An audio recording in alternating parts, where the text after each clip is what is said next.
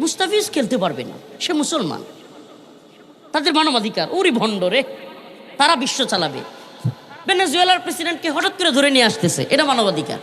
একটা রাষ্ট্রের প্রধান, তাকে ধরে নিয়ে আসতেছে, প্রশ্ন করবার কেউ নাই। মুস্তাফিজ খেলতে পারবে না। কেন খেলতে পারবে না? মুসলমান। বাংলাদেশের পতাকা গায়ে দিয়ে ভারতে আসা যাবে না। কেন আসা যাবে না? উগ্র হিন্দুত্ববাদীরা তাদের উপর হামলা করবে।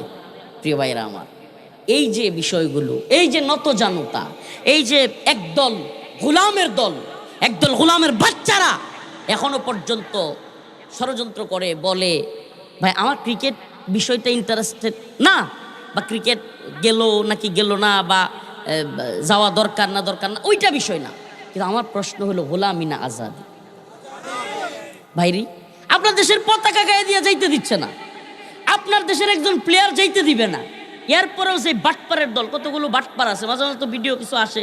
ওই একটা আছে রিয়াসাদ আজিম নামের, আরটা আছে এই যে মুচ্ছা, কি কয় নামটা জানি না, খেয়াল নাই। হ্যাঁ, নুমান নট আউট কি।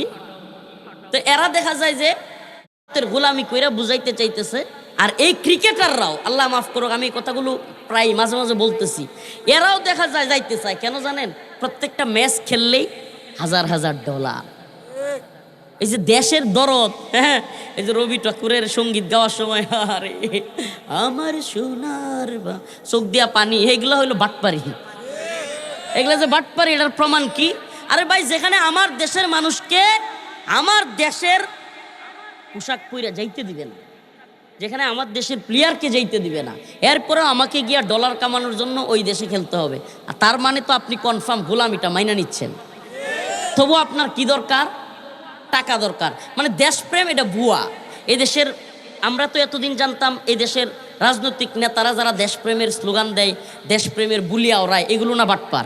এখন তো দেখলাম যে ক্রিকেটার যেগুলো দেশপ্রেমিক সাজে, এগুলো আরো বড় বাটপার।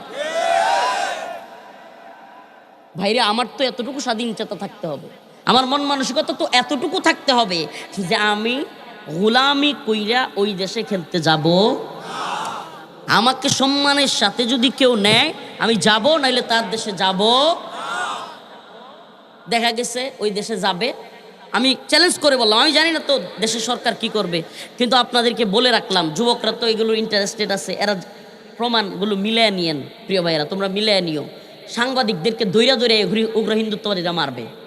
ওই দেশে খেলা দেখতে যারা যাবে, যদি বাংলাদেশ যায়, ওই খেলোয়াড় তো ওদেরকে হয়তো নিরাপত্তা সেক্টরের ভিতরে রাখবে, মারতে পারবে না, তাও বোতল ছুঁড়া মারবে। কি মারবে?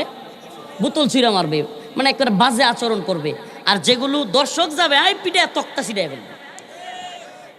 আচ্ছা বলেন, যদি দেশের জনগণকে এরকম হুমকির মধ্যে ফেলে দিয়া আমাদের খেলতে যেতে হয় কিছু ডলার কামানোর জন্য, নাউজুবিল্লাহ, তাই এর চাইতে গোলামির আর কোনো কিছু হইতে পারে? বলেন, এর চাইতে গোলামির আর কোনো কিছু হইতে পারে? প্রিয় ভাইয়েরা আমার, বন্ধুগণ আমার, আমি আরেকটা শেষ আপনাদেরকে আলোচনার দিকে নিয়ে যাই, আমার মূল আলোচনায় নিয়ে যাই। আসলে আমরা এই গোলামির জিঞ্জির থেকে কবে মুক্তি পাব? এই গোলামির জিঞ্জির থেকে এক দুইজন যায় দেখো তো, এই লেজার লাইটটা কে মারে? মানে ওই যে এখন গেছে সাদে, মানে ও প্রচুর ডিস্টার্ব করতেছে, মানে যে কোনোভাবে ওর ডিস্টার্ব করতে হবে। গোলামি না আজাদি? এই যুবক, কথা কনা, গোলামি না আজাদি? আরে আপনারা যদি এইভাবে হাল ছেড়ে দেন, আমাদের ভাই এক মাস দেড় মাস হয়েছে মারা গেছে, শরীফ উসমান হাদি, এখন যেন বিচারের কথাই কেউ কয় না। ভুলে গেছি, আমি মারা যাবো আগামীকালকে, আমার বিচারের কথাও কেউ বলবে না। এইটা একটা বাংলাদেশের রিয়েলিটি হয়ে গেছে। এখন যারা ক্ষমতায় পাগল হয়ে গেছে না, এই পাগলের দল ক্ষমতা পাওয়ার জন্য, আমরা যদি এখন আন্দোলনে যাইতাম না, আমি তো একবার নিয়ত করছিলাম, শপথ পড়াইছিলাম শাহবাগে শহীদ হাদি চত্বরে, শপথ করাইছিলাম, আপনারা ভিডিও দেখছেন কিনা, যে কসম করে শপথ করাইছিলাম যে আমরা হাদি ভাইয়ের বিচার করেই ঘরে ফিরব। কেন ওখান থেকে সরে আসছি জানেন? একদল লোক আমাদেরকে বলা শুরু করলো যে এরা নির্বাচনকে বানচাল করতে চায়। কি বলে? মানে হাদি ভাইয়ের বিচার চাওয়া, এটা নাকি নির্বাচন বানচাল করা। চিন্তা করছেন কত বড় শয়তানি? তো আমরা চিন্তা করলাম, আচ্ছা ঠিক আছে, ক্ষমতার পাগল হয়ে গেছিস, ঠিক আছে, নির্বাচন দিয়ে ক্ষমতায় যাও, কিন্তু আমরাও কথা দিচ্ছি, ক্ষমতায় যেই দলই আসুক, ক্ষমতায় যাওয়ার সাথে সাথে হাদি ভাইয়ের বিচার না হলে আমরা আবারও আন্দোলনে নামব।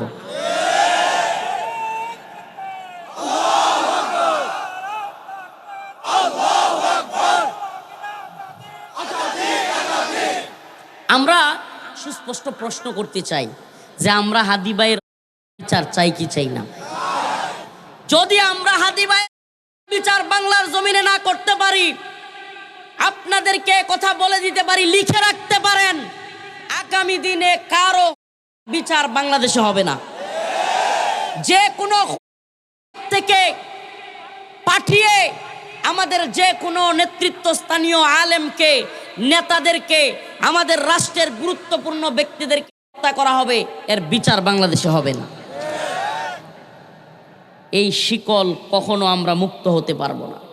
আরে আমরা তো এমন নতজানু নীতি অবলম্বন করছি, এমন এক ভয়ের নীতি অবলম্বন করছি, মানসিকভাবে কখনো গোলামি করছি, কখনো গোলামি করছি।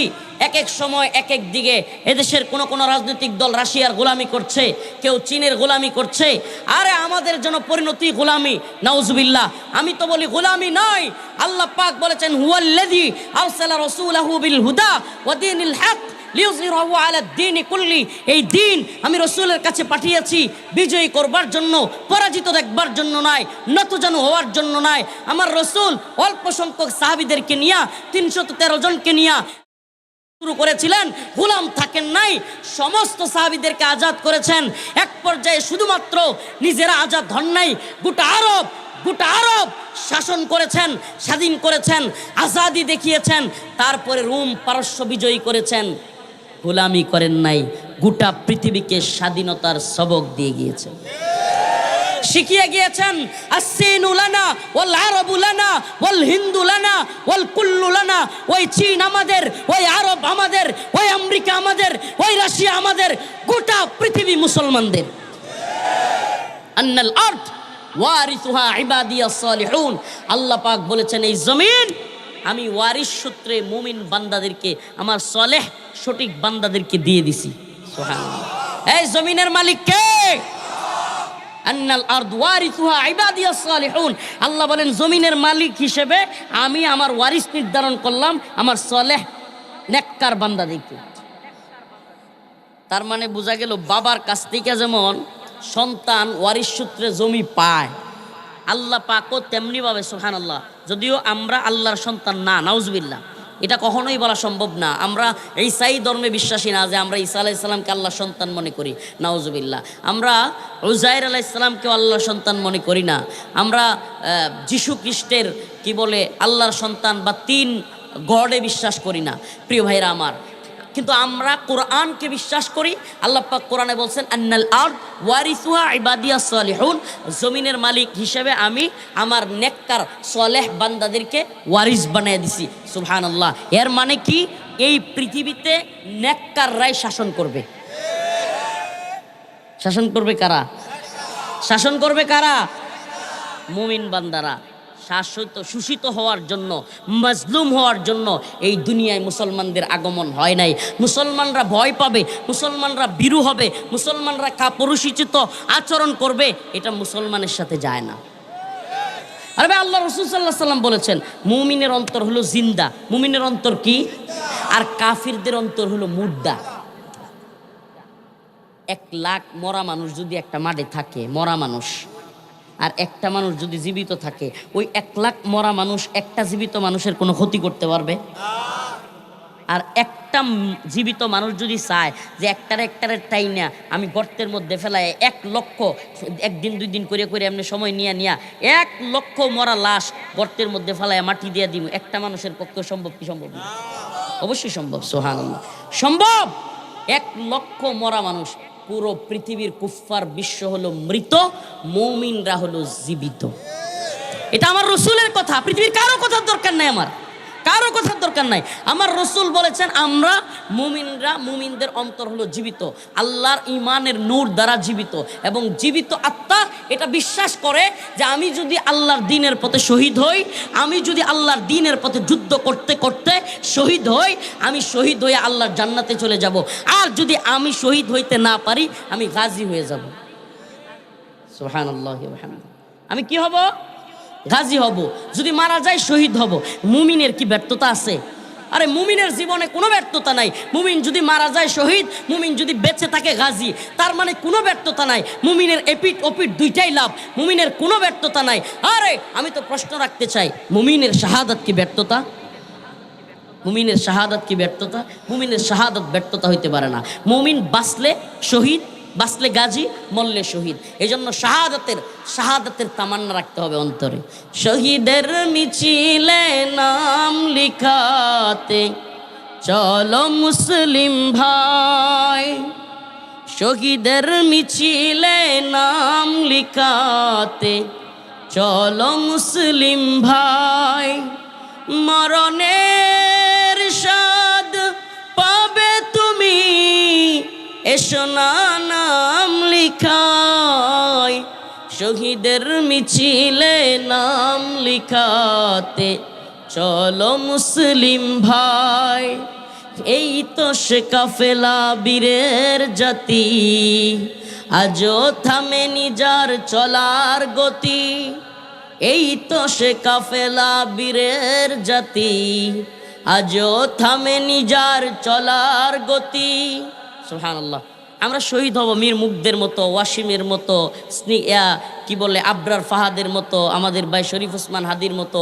আমরাও আমাদের জীবন দিয়ে দিব, কিন্তু এই ভূখণ্ডে কাউকে গোলামের জিঞ্জিরে আবদ্ধ হতে দিব না। আমার আপনাদের কাছে একটাই প্রশ্ন, আমরা অমুক দলকে ভোট দেন, অমুক দলকে দিয়েন না, এটা বলতে আসি নাই। আমরা বলতে আসছি, হাসিনা যেমন দিল্লির সেবাদাসী ছিল, দিল্লির গোলামি করেছে, বাংলাদেশে অদূর ভবিষ্যতে যদি কেউ দিল্লি কিংবা ওয়াশিংটনের গোলামি করতে চায়, হাসিনার মতো দিতে পারবেন তো? আমরা এই কথাটাই বলতে আসছি। আমরা আপনাদেরকে বলতে চাই, দেখেন আমাদের দেশ, এই উম্মাহ, এই দেশ, এই ভূখণ্ড আমাদের লোকেরা শাসন করবে। এই ভূখণ্ড ইনশাআল্লাহ তুম্মা ইনশাআল্লাহ অচিরেই কালেমার পতাকার অধীনে, অচিরেই লা ইলাহা ইল্লাল্লাহর অধীনে, অচিরেই ইসলামী শরিয়া শাসনের অধীনে আল্লাহ পাক কবুল করবেন। সেই স্বপ্ন আমরা দেখি। এই স্বপ্ন যে দেখে না সে মুমিন হইতে পারে না। যেই ব্যক্তি আল্লাহর দ্বীনকে জিন্দা করতে চায় না, যেই ব্যক্তি ইসলামী শরিয়ার স্বপ্ন দেখতে চায় না, সে যেই দলের হোক সে মুমিন হতে পারে না। আরে আল্লাহর দ্বীন যদি আল্লাহর জমিনে বিজয়ী না হয়, আল্লাহ পাক এই মুমিনদেরকে, এই মানুষদেরকে পাঠাইছেন কেন? আল্লাহ পাক পাঠানোর উদ্দেশ্য কি? আল্লাহ পাক সুস্পষ্ট বলছেন, হুয়াল্লাযী আরসালা রাসূলাহু বিল হুদা ওয়া দীনিল হক লিইয়ুযহিরাহু আলাদ দীনি কুল্লি। আমি রসুলকে পাঠাইছি সত্য দিন দিয়া, হেদায়েত সহ পাঠাইছি এজন্য যে এই দিন বিজয়ী থাকবে। গণতন্ত্র বিজয়ের জন্য আল্লাহ পাঠাইছে, সমাজতন্ত্রের বিজয়ের জন্য আল্লাহ পাঠাইছে, বৌদ্ধ ধর্মের বিজয়ের জন্য আল্লাহ পাঠাইছে, খ্রিস্টান ধর্মের বিজয়ের জন্য আল্লাহ পাঠাইছে। সনাতনীরা অখণ্ড ভারত রাম রাজত্ব কায়েম করবে, আর সেই রাম রাজত্বে বসবাস করার জন্য আমাদেরকে আল্লাহ পাঠাইছে। এই মুসলিম জাতিসত্তা এক আল্লাহর গোলামি করতে আসছে। আল্লাহু লা ইলাহা ইল্লা হুয়াল হাইয়ুল কাইয়্যুম কুলিল্লাহুম্মা মালিকাল মুলক তু'তিল মুলকা মান তাশা ওয়া তানজিউল মুলকা মিম্মান তাশা ওয়া তু'ইজ্জু মান তাশা ওয়া তুযিল্লু মান তাশা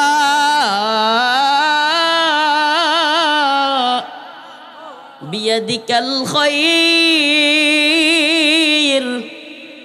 এই আয়াতগুলো মাঝে মাঝে আমি কোরআনের প্রোগ্রামগুলোতে তিলাওয়াত করি, চেষ্টা করি মানুষদেরকে শোনানোর জন্য। ভাইরে, আমরা যে ক্ষমতার দ্বন্দ্ব আর ক্ষমতার মারামারি করি, চূড়ান্ত ক্ষমতার মালিক আল্লাহ। চূড়ান্ত ক্ষমতার একমাত্র মালিক কে? একমাত্র চূড়ান্ত ক্ষমতার মালিক, যার ক্ষমতার শেষ নাই, যার ক্ষমতার শেষ নাই, যে 17 বছর ক্ষমতার জন্য যুদ্ধ করা লাগে না, যে 17 বছর ক্ষমতার জন্য জুলুমের শিকার হওয়া লাগে না, যারা আবার স্বপ্ন দেখে না যে আর 5-7 বছর পরে আবার ক্ষমতায় আমু। আল্লাহ স্বপ্ন দেখে যে 5-7 বছর পরে ক্ষমতা দেয়মু। হ্যাঁ, সুবহানাল্লাহ। যিনি সব সময় ক্ষমতার মালিক, যিনি চিরঞ্জীব, যিনি আমাদেরকে জীবিত রাখনে ওয়ালা, লা তাখুযুহু সিনাতু ওয়ালা নাওম, যিনি কখনোই যিনি কখনো নিদ্রায় যান না। সুবহানাল্লাহ। এ আল্লাহ ঘুমান, আল্লাহ ঘুমান। লা তাখুযুহু সিনাতু ওয়ালা নাওম, তিনি ঘুমান তো না, তন্দ্রার একটা ভাব আসে না আমাদের মাঝে মাঝে, ঘুমের একটা ভাব আসে না, আল্লাহ তন্দ্রার ভাবও আসে না। কুলিল্লাহুম্মা মালিকাল মুলক, তিনি হলেন সমস্ত পৃথিবীর সমস্ত জগতের সমস্ত মুলুকের মালিক।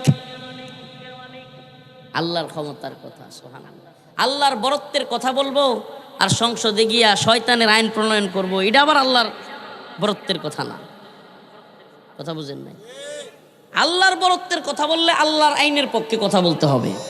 আল্লাহর কোরআন বলতেছে ইনিল হুকমু ইল্লা লিল্লাহ, ইনিল হুকমু, হুকুম বিধান একমাত্র কার? বলেন বিধানদাতা মাবুদ কে? এই জীবনদাতা মাবুদ কে? মৃত্যুদাতা মাবুদ কে? তাইলে হুকুম বিধানদাতা মাবুদ কে? নামাজের ক্ষেত্রে আল্লাহ, রোজার ক্ষেত্রে আল্লাহ, হজ যাকাতের ক্ষেত্রে আল্লাহ, কোরবানির ক্ষেত্রে আল্লাহ, সব কিছুর ক্ষেত্রে আল্লাহরে মানি। আসমানের মালিক আল্লাহ, জমিনের মালিক আল্লাহ, হুকুমদাতা তাইলে বিধানদাতা মাবুদ কে? প্রিয় ভাইরা আমার, আল্লাহর বিধানের বিপরীত বিধান যদি কেউ প্রণয়ন করে, সংসদে করুক, সংবিধান দিয়া চাপাইয়া দেখ, আর যাই করুক, বিধান মানতে হবে কার? তাইলেই না আমি সঠিক মুসলমান, তাইলেই না আমি আমার দিনকে বিজয়ী করার পক্ষে কথা বলছি। বাইরে দিন বিজয়ী কিভাবে হবে? দিন বিজয়ী শুধু আমি নামাজ পড়লেই দিন বিজয়ী হবে বিষয়টা এমন না, আমি শুধু রোজা রাখলেই দিন বিজয়ী হবে বিষয়টা এমন না, আমি কোরবানি দিলে দিন বিজয়ী হবে এমন না। বরং রাষ্ট্রে, পুরা পৃথিবীতে যদি ইসলামী শাসন ব্যবস্থা কায়েম হয়, তাহলেই আল্লাহর দিন আল্লাহর জমিনে বিজয়ী হবে। বলবেন হুজুর আল্লাহ তো পুরা পৃথিবীর মালিক, তাইলে আল্লাহ পুরা পৃথিবীতে আল্লাহ শাসন কায়েম করে দিলেই হয়। এটা অনেকটা বনি ইসরাইল মার্কা কথা। বনি ইসরাইল মুসা আলাইহিস সালামরে কইছিল, যারে মিয়া আমাদেরকে যুদ্ধের জন্য কেন ডাকো? তুমি আর তোমার আল্লাহ মিললে যুদ্ধটা করো। নাউজুবিল্লাহ বলবেন না? তা আমরা কি কথা বলতে পারি? কেন বলতে পারি না? আল্লাহ বলছেন কাতিলুহুম ইউআযিবুহুমুল্লাহু বিআইদিকুম ওয়া ইউখজিহিম ওয়া ইয়াশফি সুদুর কওমিন মুমিনিন। আল্লাহ বলছেন কাতিলুহুম ইউআযিবুহুমুল্লাহু বিআইদিকুম, তোমরা তাদের বিরুদ্ধে যুদ্ধ করো। ইসবিরু ওয়া সাবিরু ওয়া রাবিতু, ধৈর্য ধারণ করো, তাদের বিরুদ্ধে লেগে থাকো। তারা তোমাদেরকে যতই আক্রমণ করুক, তারা তোমাদেরকে যতই কষ্ট দেখ, তারা তোমাদের দিকে গুলি তাক করে রাখুক, বোমা মারুক, জেলখানায় নিয়ে যাক, রিমান্ডে নিয়ে যাক, ফাঁসি দিয়ে দেখ, কিন্তু যতদিন তোমরা জীবিত থাকবে ততদিন তাদের বিরুদ্ধে লড়াইটা চালিয়ে যাবে। কাতিলুহুম ইউআযিবুহুমুল্লাহ, আল্লাহ বলেন আল্লাহ তোমাদেরকে এমন শক্তিশালী করবেন, বিআইদিকুম, তোমাদের হাত দ্বারা তাদেরকে শাস্তি দিবেন। কে কয়টা? আল্লাহ বলতেছেন যে তোমাদের হাত দ্বারাই আমি শাস্তি দিব। সুবহানাল্লাহ। কাতিলুহুম, তোমরা তাদের বিরুদ্ধে যুদ্ধে লাইগা থাকো, জালেমদের বিরুদ্ধে, কুফফারদের বিরুদ্ধে, যারা মুসলমানদের উপর নির্যাতন নিপীড়ন করে তাদের বিরুদ্ধে তোমরা লাইগা থাকো। কি হবে? ইউআযিবুহুমুল্লাহ, আমি তাদেরকে শাস্তি দিব। শাস্তিটা দিবেন কে? কিন্তু যুদ্ধ করতে হবে কার? বিআইদিকুম, আল্লাহ বলেন তোমাদের হাত দ্বারা দিব। ওয়া ইউখজিহিম, তাদেরকে লাঞ্ছিত করব। ওয়া ইয়াশফি সুদুর কওমিন মুমিনিন, তোমাদের মুমিনদের অন্তরকে আমি প্রশান্ত করব। সুবহানাল্লাহ। এই আয়াতের ব্যাখ্যা আপনি, আল্লাহ মাফ করুক, মনে কিছু নিয়েন না, যে বা যারা জুলুমের শিকার হয় নাই সেই আয়াতের ব্যাখ্যা বুঝবে না। ওই শামসুদ্দিন চৌধুরী মানিক যখন কাঁটাতারের বেড়ার পাশে কলা পাতা নিয়ে শুয়ে থাকে আর বলে যে আমি বিচারপতি মানিক, হ্যাঁ, পরে এই যে লাথি দিয়া বিসির মধ্যে কয় যে তুই কি ওই যে মানিককে সুরা, হ্যাঁ, এই পইরা থাকার আনন্দ, হাসিনার পালায়া যাওয়ার হেলিকপ্টারে দৌড়ায়া ভিডিও, হেলিকপ্টারে পালায়া যাওয়া ভিডিওর স্বাদ আপনি আমার সমান পাবেন না। কেন? কারণ আমি তো তার বিরুদ্ধে যুদ্ধে লিপ্ত ছিলাম। আপনি আমার সমান পাবেন না। ওই আনন্দ, ওই অন্তরের প্রশান্তি আল্লাহ বলছে, আল্লাহ বলছে, আমি বলি নাই। কাতিলুহুম ইউআযিবুহুমুল্লাহু বিআইদিকুম ওয়া ইউখজিহিম ওয়া ইয়াশফি সুদুর কওমিন মুমিনিন। আল্লাহ বলছে আমি মুমিনের অন্তরকে প্রশান্ত করব এদের লাঞ্ছিত কইরা। সুবহানাল্লাহ। এটা আল্লাহর বক্তব্য যে আমি মুমিনের অন্তরকে প্রশান্ত করব তাদেরকে লাঞ্ছিত কইরা। তাইলে এরা যখন লাঞ্ছিত হয়েছে, হেলিকপ্টার নিয়ে পালায় গেছে, ওই ভিডিও দেখা, সুবহানাল্লাহ, এই হেলিকপ্টারের ভিডিও তো না হইতে পারতো। কথা বলেন না, নাও তো হইতে পারতো। হাসিনা আর উবাদুল কাদের তো ধরাও খাইয়া যেতে পারতো। ধরাও তো খাইতে পারতো, পারতো কি পারতো না? কিন্তু আমি সুবহানাল্লাহ, আমি এটা জানি না অন্য কেউ চিন্তা করছেন কিনা, আমার মাথায় মাঝে মাঝে আসে, কিরি এত নেতা নেত্রী ধরা খাইলো, এত মানুষ ধরা খাইলো, হ্যাঁ, এত পুলিশের ঊর্ধ্বতন আইজিপি চৌধুরী আবদুল্লাহ আল মামুন ধরা খাইলো, হ্যাঁ, অনেক বড় বড় নেতা ধরা খাইলো, ইনু মেনন ধরা খাইলো, সালমান এফ রহমান ধরা খাইলো, আইনমন্ত্রী ধরা খাইলো, উবাইদুল কাদের আর শেখ হাসিনা পালায় গেল কেমনে? আমি চিন্তা করে একটাই পাইছি, সুবহানাল্লাহ, ওই যে শেখ হাসিনা বলছিল শেখের বেটি পালায় না, আল্লাহ বলছে তুই পালাবি, তোর 14 গোষ্ঠী সহ পালাবি। আর ওবায়দুল কাদের বলছিল পালাবো না, মনে আছে? মানে এই দুইটারে আমার মনে হয় কেন জানি আল্লাহ তাআলাই সুযোগ করে দিছে, যা তোরা পালা, গোটা জাতি দেখুক যে তোরা পালাইছিস। সুবহানাল্লাহি ওয়া বিহামদিহি। এই যে আল্লাহ বলছেন কাতিলুহুম ইউআযিবুহুমুল্লাহু বিআইদিকুম, আমি তোমাদের হাত দ্বারাই তাদেরকে শাস্তি দিব, ওয়ায়ুখজিহিম, তাদেরকে জমিনে লাঞ্ছিত করব, ওয়ায়াসফি সুদুর কওমিন মুমিনিন, মুমিনের অন্তরকে প্রশান্ত করব। আল্লাহ করছেন না করেন নাই? এই যে প্রশান্তি, এই যে অন্তরের এই যে ভালো লাগা, এটা আপনি আমার সমান পাবেন না, বা আমার চাইতেও যারা জুলুমের শিকার হয়েছে তার সমান আমি পাবো না। সুবহানাল্লাহ। এই ফিলটা ততটুকুই আপনি পাবেন যতটুকু আপনি ত্যাগ স্বীকার করেছেন। তো এই জন্য ইসলামের মধ্যে বনি ইসরায়েলের মতো আপনি বলে দিবেন যে হুজুর আমনেরা আর আল্লাহ যুদ্ধ করেন, নাউজুবিল্লাহ, এটা সম্ভব না। আপনি যদি মুমিন হয়ে থাকেন, হক বাতিলের ইসলাম বিজয় করবার জন্য, দিন বিজয় করবার জন্য, সেই আপনাকে অবশ্যই অংশগ্রহণ করতে হবে। আপনার যদি শারীরিক ফিটনেস থাকে, ময়দানে গিয়া করতে হবে। ইসলাম বিরোধী কোনো শক্তির উত্থান হলে, হিন্দুত্ববাদী ভারত যদি আমাদের উপর আক্রমণ করে, অবশ্যই আপনার শারীরিক ফিটনেস থাকলে তখন অস্ত্র হাতে নিয়ে হলেও আমাদের দেশের সেনাবাহিনী বিজিবি দিয়া শুধু কাজ হবে না, আপনাকে আমাকে অবশ্যই সশস্ত্র হয়ে হলেও হিন্দুত্ববাদী ভারতের মোকাবেলা করতে হবে। এই কথাগুলো আমাদের বলতে হয়। কেন জানেন? আপনারা তো অনেকেই স্বপ্ন দেখতেছেন যে কালকে তো নির্বাচন হয়ে যাচ্ছে, আমরা এই করতেছি সেই করতেছি, একটা বিরাট স্বপ্ন। আমরা দেখতেছি ভয়াবহ বিষয়। হিন্দুত্ববাদীরা যেখানে আমাদের একটা ক্রিকেটারকে সহ্য করতে পারে না, আল্লাহ না করুক এরা আমাদের উপর হামলাও করতে পারে। এই জন্য এই জাতিকে সজাগ থাকতে হবে। আমরা বলি যে অবশ্যই এই জাতির প্রত্যেকটা যুবককে এক একটা মর্দে মুজাহিদ হইতে হবে। প্রয়োজনে এখন থেকে সাঁতার প্রতিযোগিতা করা, এখন থেকে শরীরের ফিটনেসের জন্য ব্যায়াম করা, এখন থেকে ফিটনেস ক্যাম্প কিংবা এই যে ট্রেনিং সেন্টারগুলো, আবার মাইয়াদের সাথে না, জিম সেন্টারগুলোতে ব্যাপারটা মেয়েদের সাথে গিয়া না, মেয়েরা আলাদা করুক, ছেলেরা আলাদা করুক, এইভাবে থাকতে পারে। আমি বলি শারীরিক ফিটনেস আমাদেরকে ঠিক করা দরকার। আমাদের প্রত্যেকেরই শারীরিক ফিটনেস ঠিক করা দরকার, আছে না নাই প্রিয় ভাইরা আমার? অথচ আমরা শারীরিক ফিটনেসের দিকে, কসরতের দিকে এখন খেয়ালই নাই। উরি বাবা রে বাবা, আমাদের তো এখানে যদি জিজ্ঞেস করা হয় সেনাবাহিনীর কিংবা প্রশাসনের লোক ছাড়া কয়েক হাজার লোক যে আচ্ছা আপনারা কেউ অস্ত্র চালাইছেন জীবনে? কইব একটাও নেই। হুজুর অস্ত্র ধরছি না জীবনে। হুজুর কি ওয়াজ মাহফিলে অস্ত্রের কথা বলেন আপনি? আপনি তো সন্ত্রাসী। ওরে শয়তানের দল। আমেরিকায়, পশ্চিমে কিংবা বিভিন্ন রাষ্ট্রে ফুটপাতে অস্ত্র বিক্রি হচ্ছে, সবার হাতে অস্ত্র।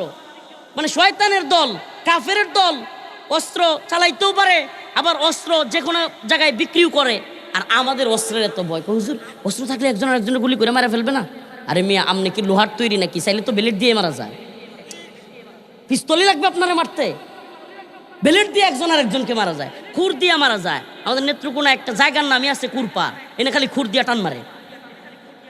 হ্যাঁ, আমাদের নেত্রকোনা সদরে একটা জায়গার নাম আছে কুরপার, এনে খালি বেশিরভাগ, আগে এখন হয় না, খালি খুর দিয়ে টান মারতো গাড়ির পিছে। তো মানুষকে মারতে পিস্তল লাগবে? মানুষকে মারতে চাইলে চাপাতি দিয়েও মারা যাবে না। মানুষকে মারতে চাইলে ওই যে রান্না করে যে দা বটি দিয়ে মারা যাবে না। প্রিয় ভাইয়েরা আমার, বন্ধুগণ আমার, আমি অস্ত্রের পক্ষে। এই যে হুজুরদেরকে গানম্যান দিছে না, বা নেতাদেরকে গানম্যান দিছে না, আমি এই গানম্যানেরও পক্ষে না। আর এই গানম্যানেরই বিশ্বাস আছে নাকি কখন কোনটা গুলি করে দেয়? গুলি নিজের কাছে থাকলে, পিস্তল নিজের কাছে থাকলে তাইলে নিরাপদ, তাইলে সেফটি, বোঝা যায় যে হ্যাঁ আমি তখন নিরাপদ। প্রিয় ভাইয়েরা আমার, বন্ধু আমার, গানম্যানরা কইব যে হুজুর আমরা দেশের নিরাপত্তা দিয়ে আর আমনে আম করে এগুলো কইলেন। ভাই সবাই তো আর সমান না। গোয়েন্দা সংস্থার কিংবা টাকা খায়া রয়ের এজেন্টও থাকতে পারে কি পারে না? পারে কি পারে না? এই জন্য আমি কিন্তু এটা নিয়ে আরো টেনশনে থাকি। আমি আমার জন্য না, এই জাতির যারা নেতৃত্বস্থানীয় মানুষ আছে এদেরকে নিয়ে। কারণ কি? এখন উঠে পড়ে লাগছে যে কোনোভাবে বাংলাদেশে একটা অস্থিরতা তৈরি করতে, একটা ঝামেলা পাকাইতে, ঝামেলা পাকাইয়া বাংলাদেশে আবারও তাদের যে স্বাদের পুতুল, তাদের বানানো সেই 75 পরবর্তী 81 পর্যন্ত 6 বছরে যেই পুতুল রে খাওয়াইয়া পাইলা লাইলা রয়ের দ্বারা একেবারে তাদের খুব সুন্দর করে যেই প্রোডাক্টটাকে বানাইছে, ওই প্রোডাক্টটাকে পুতুলটাকে আবার বাংলাদেশে বসাইতে, দাসত্ব করবার জন্য। এখন তো বাংলাদেশ মাশাল্লাহ আমার কিছু কিছু সিদ্ধান্ত ভালো লাগতেছে, বইলা দিছে যে তোদের এই গোলামির খেলা আমরা খেলতে যাব না। এটা আমার ভালো লাগছে। তোদের এই গোলামির খেলা আমরা খেলতে যাব না, তোদের নতজানু হয়ে আমরা খেলতে যাব না। আমি মনে করি প্রত্যেকটা সিদ্ধান্তে বাংলাদেশের সরকার যদি এইভাবে কঠোর হয়, তিস্তার পানি দিতে হবে। এই বলেন তিস্তার পানি, নাইলে আমরাও কোনো এই বিভিন্ন বন্দরের চুক্তি আছে, এরপরে ট্রানজিট চুক্তি আছে, করিডোর চুক্তি আছে, সব বাতিল করে দিব। বাংলাদেশে ভারতীয় যে সমস্ত নাগরিকরা চাকরি করে তাদের চাকরি বাতিল করে দেওয়া হবে। এইভাবে কড়াকড়ি অ্যাকশন নিতে পারলে তখন না বোঝা যাবে আমরা স্বাধীনতার মজা পাবো। আরে মারা যাইতে পারি, শহীদ হয়ে যাইতে পারি, তারপরও কইতে তো পারবো আল্লাহর জমিনে আল্লাহর দিন বিজয়ী করবার জন্য, স্বাধীন চেতা হইয়া দিন বিজয়ী হওয়ার জন্য আল্লাহর জমিনে জীবন দিয়ে আসছি। সুবহানাল্লাহ। কারো কাছে মাথা নত করি নাই, কারো গোলামি করি নাই, কারো কথা শুনি নাই, আল্লাহর গোলামি করছি, আল্লাহর জমিনে বাঁচছি। সিংহের মতো একদিন বেঁচে থাকা ইঁদুরের মতো 1000 বছর বেঁচে থাকার চাইতে উত্তম।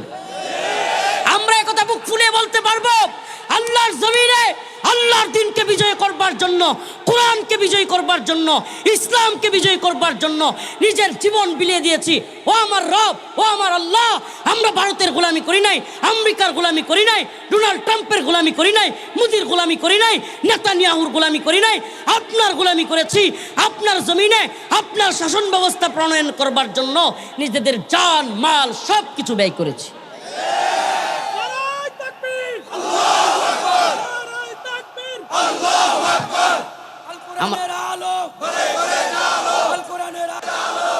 আমার আজকের আলোচ্য বিষয়টা একটু আপনাদেরকে 1 মিনিটে আমি বুঝাইতে চাই। আল্লাহর দিনকে আল্লাহর জমিনে বিজয়ী করতে হবে। আমি যদি প্রশ্ন করি ভাই, আমাদের এক একজনের, আমার 30, কারো 50, কারো 60, কারো 20, কারো 40, কারো 70, কারো 80 বছর, বলেন তো আপনার এই হায়াতের জিন্দিগির কয় ঘন্টা, কয় মিনিট সময়, কয় দিন সময় ব্যয় করছেন দিন বিজয়ী করবার জন্য? কবে বুঝাইছেন? কবে নিজের বন্ধুকে বুঝাইছেন? কবে একজনকে বুঝাইছেন, পাশের বাড়ির একজনকে, যে ভাই আমাদেরকে আল্লাহর জমিনে, আমরা বসবাস করি আল্লাহর জমিনে, আল্লাহর শাসন ব্যবস্থা তৈরি করতে হবে? কয়দিন আমরা বুঝাইছি? এখন এগুলো বুঝানোও যায় না। আস্তাগফিরুল্লাহ। আরে আমাদেরকে অবশ্যই বুঝতে হবে, আমরা যে যে দল করি ভাই, দিন শেষে যদি আমি মুসলমান দাবি করি, তাইলে আল্লাহর শাসন মানতে হবে না? আল্লাহ তাআলা কোরআন পাঠাইছে, আপনি কোরআন বিলি করবেন, আর আপনি কোরআনের মানে মসজিদ মাদ্রাসা বইরা লাইবেন, কোরআন দিয়া মাদ্রাসা প্রতিষ্ঠা করবেন। আর যখনই বলা হবে যে ভাই কোরআনে যা বলছে তা তো মানা দরকার, তখনই বলবেন এই জামানায় কি এগুলা চলে? জামানার সাথে বদলাই যারা তারা বড় অসহায়, তাহারাই মহামানব যারা জামানাকে বদলায়। জামানার সাথে বদলাই যারা তারা বড় অসহায়, তাহারাই মহামানব যারা জামানাকে বদলায়। যুগ জামানা পাল্টে দিতে এত কোটি কোটি লোকের প্রয়োজন হয় না। যদি আল্লাহর রাসূল সাল্লাল্লাহু আলাইহি ওয়াসাল্লামের সাহাবীদের মতো, তাবেঈদের মতো, সুলতান সালাউদ্দিন আইয়ুবীর মতো, সুলতান মাহমুদ গজনবীর মতো, মুহাম্মদ বিন কাসিমের মতো কেউ বুক চিতিয়ে দাঁড়িয়ে যায়, গোটা পৃথিবীকে চ্যালেঞ্জ জানায়া দেয়, আল্লাহর জমিনে আল্লাহর দিনকে বিজয়ী করতে হবে, আল্লাহর জমিনে আল্লাহর শাসন চলবে, আর কারো শাসন চলবে না। এই বুক চিতিয়ে লড়াইটা যদি একজন শুরু করে, একজন থেকে দুইজন, দুইজন থেকে চারজন, চারজন থেকে আটজন, আটজন থেকে 16 জন, এইভাবে বাড়তে বাড়তে বাড়তে বাড়তে হাজারো লাখো জনতা যখন বুঝবে, সমাধান তখনই আমরা পাবো, মুক্তি শান্তি কামিয়াবি আমরা তখনই পাবো যখন আল্লাহর জমিনে আল্লাহর দিন প্রতিষ্ঠা হবে ইনশাআল্লাহ বিইذনিল্লাহ। শুধুমাত্র আফগানিস্তানে আল্লাহর দিন বিজয়ী থাকবে না, শুধুমাত্র আফগানিস্তানে ইসলামী শরিয়া বিজয়ী থাকবে না, তখন গোটা পৃথিবীতেই ইসলাম বিজয়ী হবে। এটা আমি আপনি বুঝবো না ভাই, স্বাধীনতার স্বাদটা সুবহানাল্লাহ আফগান জাতি বুঝে এটা। হ্যাঁ আমেরিকা ভেনেজুয়েলার প্রেসিডেন্টের না ধরে নিয়ে যায়, তে এত বড় পিটানি খাইছস, আয় না মোল্লাদের কারো ধরে নিয়ে যা, তক্তা ছুটাই ফেলবে একবারে বেটা। আল্লাহ রাব্বুল আলামিন কোরআন কারীমের মধ্যে বলেন, هو الذي أرسل رسوله بالهدى ودين الحق ليظهره على الدين كله আল্লাহ রব্বুল আলামিন বলেন, আমি হেদায়াত সহ সত্য দিন দিয়ে পয়গম্বর সরদারে দো আলম মুহাম্মদ আরবি সাল্লাল্লাহু আলাইহি ওয়াসাল্লামকে দুনিয়াতে পাঠিয়েছি। হেদায়াত সহ সত্য দিন দিয়ে রাসূলুল্লাহ সাল্লাল্লাহু আলাইহি ওয়াসাল্লামকে দুনিয়াতে পাঠানো হয়েছে। লিইয়ুযহিরাহু আলাদ দীনি কুল্লি, যাতে করে অন্য সব দিনের উপর এই দিনকে উনি বিজয়ী করেন। সুবহানাল্লাহ। এই যুবক ভাইরা, এই ভলান্টিয়ার ভাইরা, কেউ বাসি ফু দিবেন না। আর যে যেভাবে আছেন আপাতত এইভাবেই থাকেন। এটা কোনো লক্ষ লক্ষ জনসমাবেশের বিরাট বড় সমাবেশ না। জায়গা আছে, এরা বসবে না, কি করবেন আপনি? এভাবে চাপাচাপি করে বসাইতে গেলে দেখা যাবে বয়ানের ফুল সময় যাচ্ছে, আর আপনাদের বসাইতেই। এই জন্য ভলান্টিয়ার যারা আছেন তারাও শুনতে থাকেন, যারা দাঁড়ায় আছে এরাও শুনতে থাক, দরকার নেই। তো আল্লাহ তাআলা উনার পয়গম্বরকে পাঠিয়েছেন এই দিনকে বিজয়ী করবার জন্য। সুবহানাল্লাহ। হেদায়াত সহ সত্য দিন দিয়ে পাঠিয়েছেন। সত্য দিন এমন এক জিনিস, মনে করেন এক মনিব, কোটি কোটি টাকার মালিক মনিব, সে হইল বাতিল দিনের উপরে আছে, গুমরাহির উপরে আছে। আরেকজন গোলাম খুব অল্প টাকার বিনিময়ে চাকরি করে, খুব কম টাকা বেতন পায়, কিন্তু আদর্শের দিক থেকে গোলামের আদর্শ যদি সঠিক হয়, তাইলে ওই কোটি কোটি টাকাওয়ালা বাড়ি গাড়ির মালিক মনিব তার গোলামের আদর্শ একদিন না একদিন মানতে বাধ্য হবে। আদর্শ এমন এক জিনিস, আদর্শিক বিজয় এমন এক জিনিস, যেটা এই ক্যালকুলেটরে কি বলে, আপনি খাতা কলমে হিসাব মিলাইয়া পারবেন না যে অমুক দলের এতগুলো সৈন্য, ট্যাঙ্ক এতগুলো, বিমান এতগুলো, যুদ্ধ জাহাজ এতগুলো, সাবমেরিন এতগুলো, অস্ত্র এতগুলো, গোলা বারুদ এতগুলো, তাদের সেনাবাহিনীর ফোর্স এত লক্ষ, এগুলা হিসাব মিলাইয়া আপনি আদর্শিকভাবে যারা বিজয়ী তাদের সাথে জিততে পারবেন না। এটা বোঝানোর জন্য আমি একটা ছোট্ট উদাহরণ দিই। আফগানিস্তানে যে মোল্লারা, তালেবান নামে, আফগানের এই মোল্লাদের সেনাবাহিনীর সংখ্যা, যোদ্ধাদের সংখ্যা কি আমেরিকার চাইতে বেশি ছিল না কম? শুধু কি আমেরিকা, আফগানে নেটোর বিশাল এক ফোর্স, 48টা রাষ্ট্র মিলে একটা ফোর্স গঠন করা হয়েছিল, যার নাম দেয়া হয়েছিল নেটো, সামরিক জোট। এত বড় জোট ফ্রান্স, ইতালি, জার্মানি, ইংল্যান্ড, যুক্তরাষ্ট্র, কানাডা, জাপান, তুরস্ক, আরও অনেকগুলো রাষ্ট্রের সমন্বিত সামরিক বাহিনীকে বলা হয় নেটো। এই পুরা নেটো মিলেও আফগানিস্তানে যুদ্ধে তালেবানের সাথে পারছিল। জানেন এটা কি জন্য? আফগানের সৈন্য, তালেবানের সৈন্য আমেরিকার চাইতে, নেটোর চাইতে বেশি ছিল না, যুদ্ধ জাহাজও বেশি ছিল না, ট্যাঙ্ক বেশি ছিল না, বিমান কামান বেশি ছিল না, তাইলে মোল্লারা জিতলো কেমনে? প্রশ্ন আসে না? এগুলা বিশ্ব বেহায়া মিডিয়া, দাজ্জালি মিডিয়া, শয়তানি মিডিয়া, আর কত ভাষা এগুলোরে বললে মানে শেষ হবে এটার কোনো আমি জানি না। যেই শয়তানের দল মহিলা একটা টিপ দিছে, এক পুলিশ ইন্সপেক্টর তার গায়ে পাড়া দিয়া ঝগড়া লাগাইয়া পুরা দেশ গরম, এই বুঝি গেল, সংখ্যালঘু নির্যাতন শুরু হয়ে গেল, এই বুঝি দেশে টিপ পরা যাচ্ছে না, আরে বাপরে মৌলবাদী উত্থান হয়ে গেছে, জঙ্গিবাদী। মানে মনটা কয় শয়তানের দলের। দেখছেন কিনা আপনারা? আমরা তো জেলেই ছিলাম, তারপরও আমরা মিডিয়ায়, পত্রপত্রিকায়, জেলখানায় পত্রপত্রিকা যাইতো, নিউজগুলো দেখতাম, আরে বাপরে দেশ গেল রসাতলে। মিডিয়ার আওয়াজ, ওই যে টিপকাণ্ডে এক পুলিশের সাথে। আবার আমরা তো বাঙালি, ভুলে যায় না, আমরা এমন বুলা জাতি যে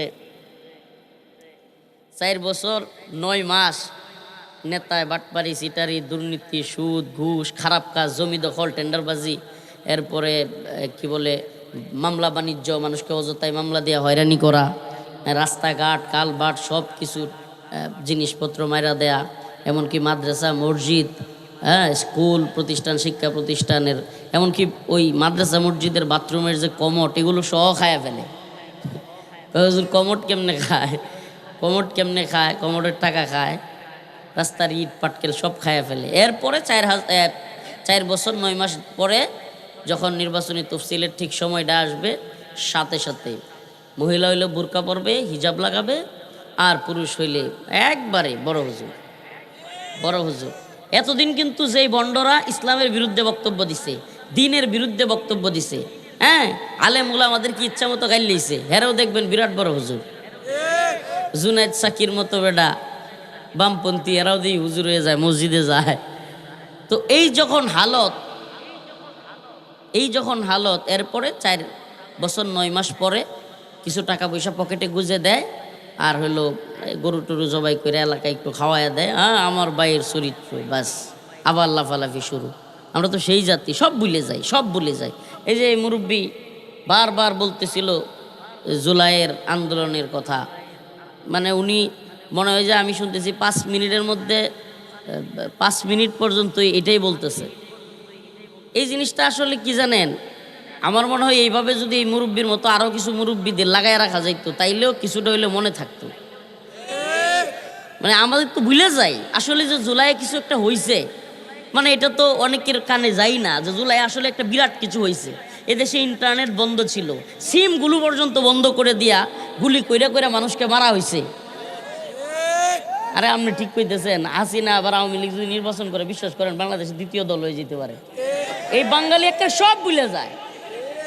আপনি কি মনে করছেন মানে এরা কেন স্বপ্ন দেখে বলেন তো? এত খুন খারাপি এত গুলি হেলিকপ্টার থেকে বাচ্চাদেরকে গুলি করে মারছে, এটা কি মিথ্যা না সত্য? এদেশের অসংখ্য আলেম ওলামারা জেলে নিয়ে মারছে, মিথ্যা না সত্য? আমাদেরকে জেলখানায় নিছে, রিমান্ডে নিছে, নির্যাতন করছে, কাপড় চুপড় পর্যন্ত খুলছে, সত্য না মিথ্যা? দেশ বরেণ্য উলামায়ে কেরামকে জেলখানা থেকে হত্যা করে বের করছে, সত্য না মিথ্যা? এদেশের যত জুলুম নির্যাতন করা যায় আইনা গড় বানাইছে। আরে আমি নিজে আইনা গড়ের সাক্ষী, আমি ওইদিকে যেতে চাই না। তারপরেও আপনি কি মনে করছেন এই জাতিগুলো মনে রাখবে? সুবহানাল্লাহ। আসলে আমাদের কি জানেন, জাতীয়ভাবে আমাদের এত অধপতনের পিছনে সবচেয়ে বড় কারণ কি জানেন?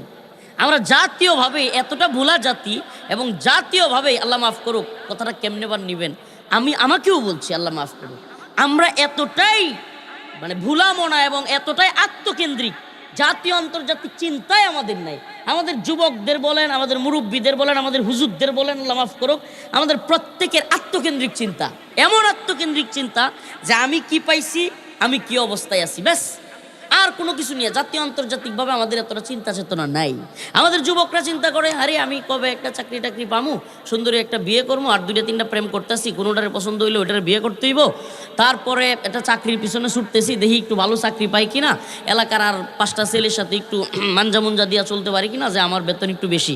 মুরব্বী চাচার চিন্তা ভাবনা হলো, দেখি আমার ছেলেটারে 2টারে বিদেশ পাঠাইতে পারি কিনা, আর এই দক্ষিণখানে সিরাজদি খানে মুন্সিগঞ্জে একটু জায়গা জমি কিনতে পারি কিনা, মাইয়াডারে একটা ভালো সরকারি চাকরিজীবীর কাছে বিয়ে দিতে পারি কিনা, এর চেয়ে বেশি আর কিচ্ছু নাই। মানে এগুলা এর চাইতে বেশি চিন্তাই নাই। ভাই আপনি তো জাতির নিয়ে চিন্তাই করেন না, আপনি তো গোলাম হবেনি। এই জন্য আপনার এক গোলাম বানায় আপনারে আমাদেরকে, আমরা তো গোলাম, আমরা কিন্তু কখনো স্বাধীন না। মানে এই স্বাধীনতা এটি হলো মুখের ফাঁকা বলি। আর আমি স্বাধীনতাই যদি হইতো 24 বছর, 47 থেকে 71 কয় বছর? আমার কথা কোন দিক থেকে কোন দিকে চলে যাচ্ছে মনে রাখেন আবার। 47 থেকে 71 কয় বছর? 24 বছর। কয় বছর? 24 বছর আমরা পাকিস্তানের গোলাম আছিলাম। এটা মাইনা নিতে হবে, পাকিস্তান জুলুম করছে, নির্যাতন করছে, এক বাক্যিক বললে হবে না, অবশ্যই জুলুম করছে। 24 বছর। কয় বছর?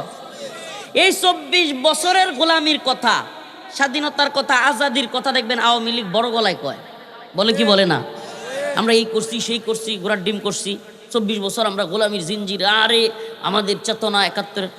কিন্তু 71-এর পর থেকে পর্যন্ত এই যে 54 বছর ভারতের গোলামি করছি, এটা দেখবেন একবার বলেন। আরে আপনি তো কনফার্ম ভারতের গোলামি করছেন।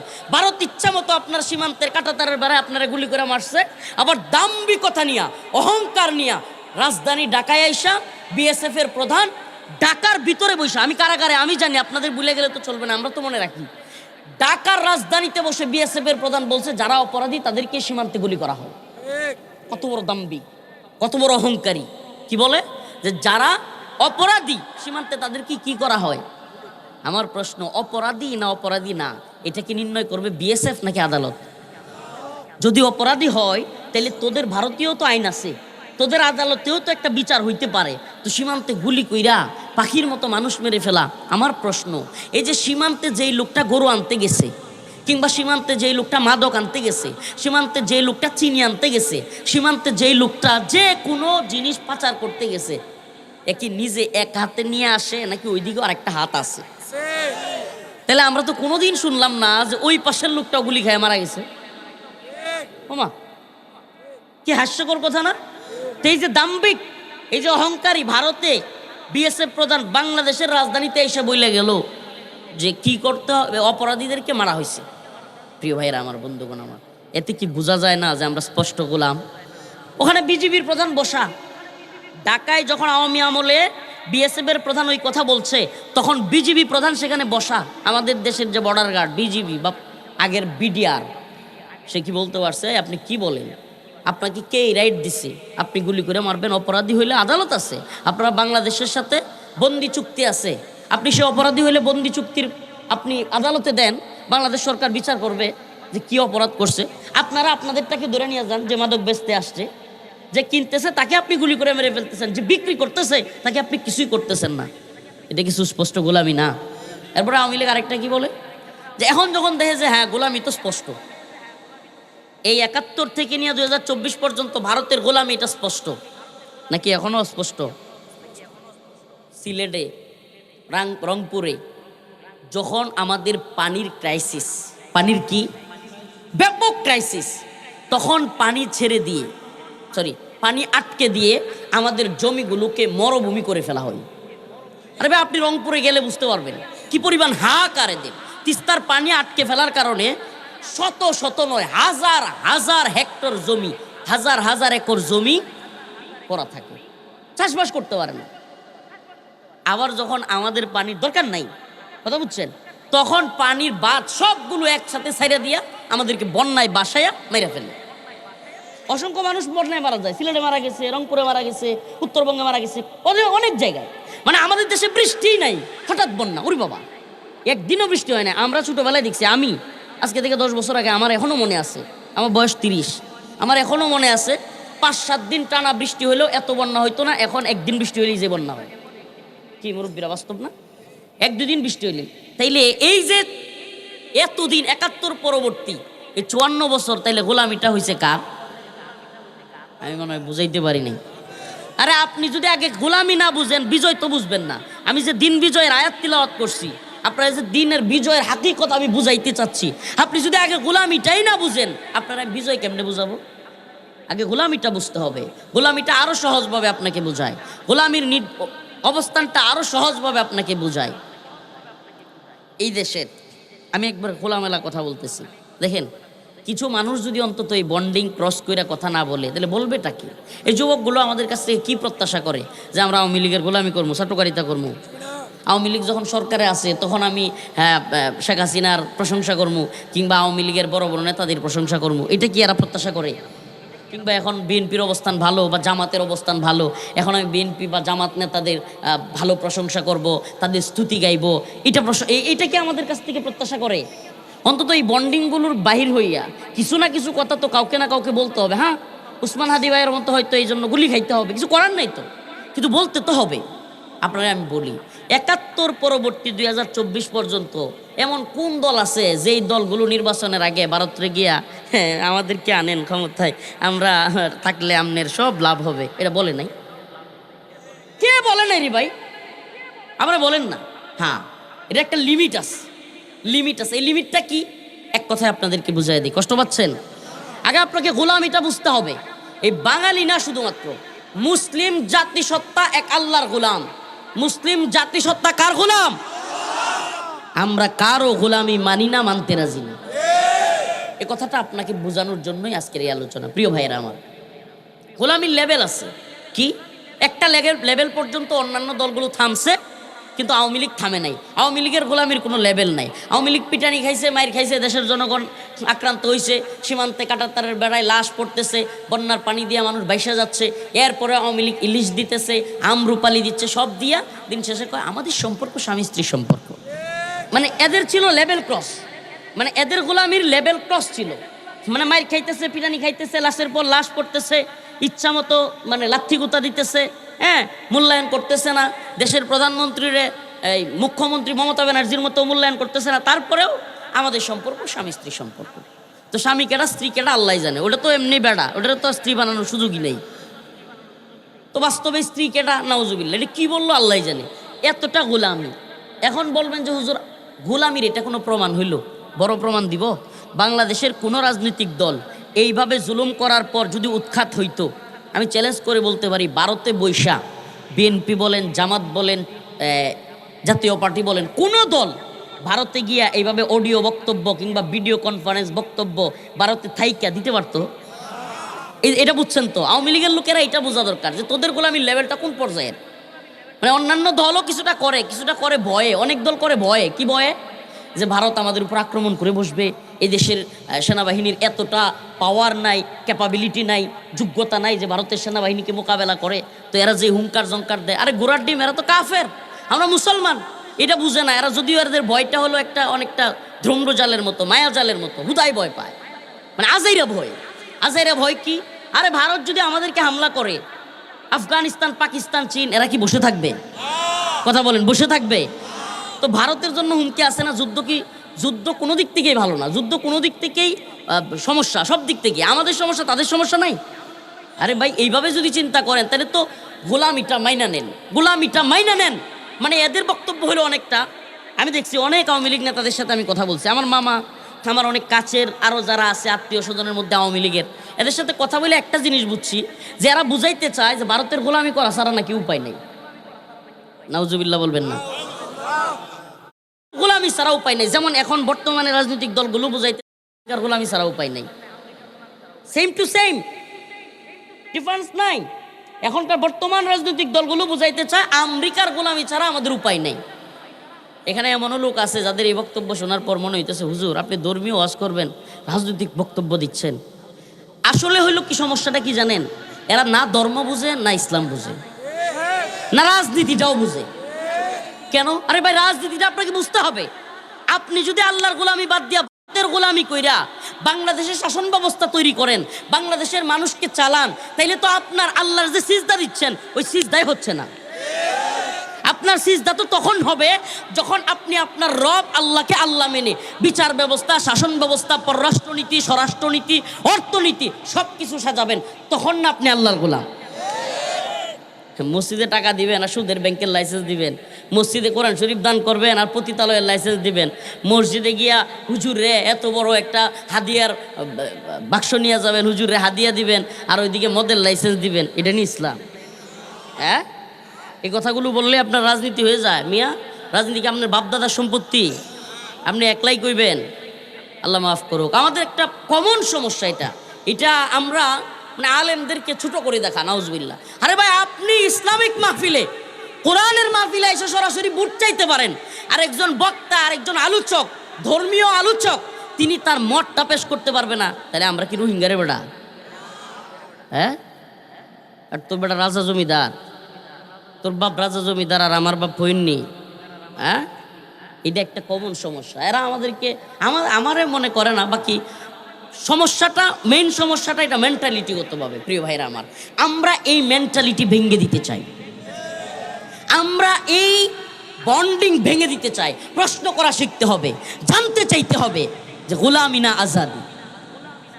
আমরা আজাদি, আমরা মুসলমান, আমরা আজাদি থাকতে চাই। ওয়াল্লাযী আরসালা রাসূলাহু বিল হুদা ওয়া দীনিল হক লিইয়ুযহিরাহু আলাদ দীনি কুল্লিহি ওয়ালাউ কারিহাল মুশরিকুন।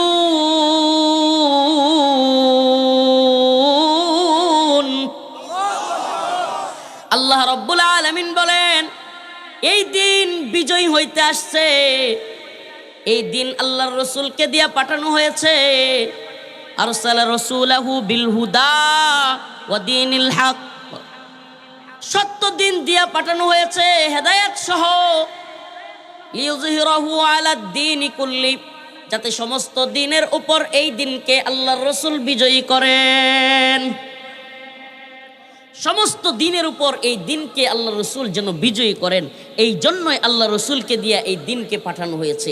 এই দিন বিজয়ী থাকবে, এই দিন এমন বিজয়ী থাকবে যে এই দিনের ভিতরে যে কেউ এই দিনের ভিতরে যদি থাকে, যে কোনো নেতা, যে কোনো নেত্রী, যে কোনো বড় মাতবরকেও সে প্রশ্ন করার মতো সাহস করতে পারবে। যে কোনো মাহফিল হবে, কোনো অনুমতির প্রয়োজন হবে না। যে কোনো মসজিদের খতিব যে কোনো খুতবা দিবে, কারো প্রেসক্রিপশনের দরকার হবে না। এটাকে বলে দিন বিজয়ী অবস্থা। এটা তো নর্মাল অবস্থান বললাম। যেই দেশে মদের বারের লাইসেন্স তো থাকবেই না, এমনকি কোথাও মদের বারের লাইসেন্স তো দূরের কথা, মদের বার পাওয়া গেলে জনগণ সেটাকে উৎখাত করতে পারবে। সুবহানাল্লাহ। রাষ্ট্র সেটাকে উৎখাত করতে পারবে। রাষ্ট্রের যারা কিনা প্রশাসন থাকবে তারা সেটাকে উৎখাত করে দিবে। প্রিয় ভাইয়েরা আমার, অথচ আমাদের তো পুরাই ভিন্ন অবস্থান। কি আমাদের দেশে আল্লাহ বলছে মদ হারাম। আল্লাহ কি বলছে? মদ হারাম, জিনা হারাম, বেবিচার হারাম, সুদ হারাম। এগুলো কি আমার কথা নাকি আল্লাহর কথা? কোরআনের কথা সুস্পষ্ট। আহাল্লাল্লাহুল বাইআ ওয়া হাররামার রিবা, আল্লাহ বলেছেন ক্রয় বিক্রয় হালাল, সুদ হারাম। ক্রয় বিক্রয়, সুদ।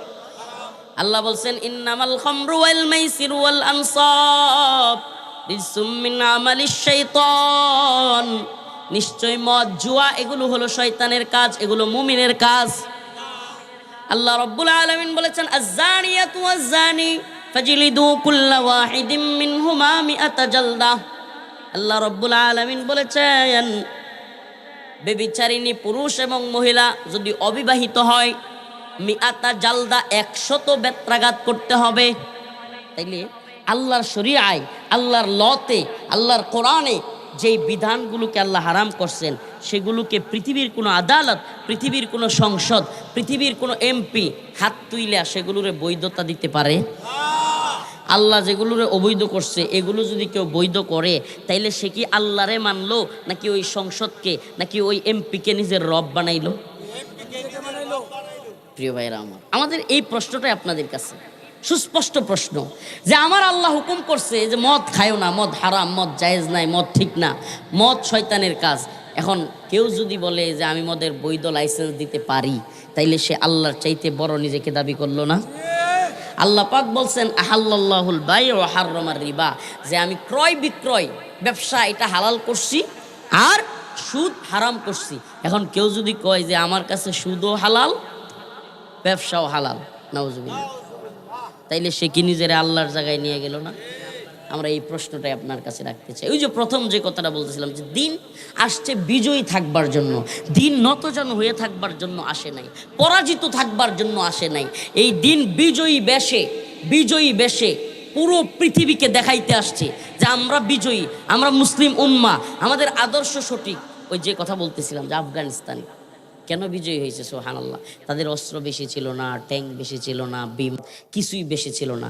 তারা একটা জায়গায় বিজয়ী ছিল, সেটা হলো আদর্শ। তাদের আদর্শটা কি? তাদের আদর্শটা সঠিক। তাদের আদর্শটা কি?